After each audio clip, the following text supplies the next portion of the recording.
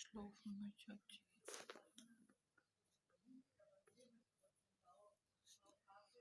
Zu träumen und schnarchen. Oh, du bist anbetungswürdig, mein Bube. Du schnarchst, ja.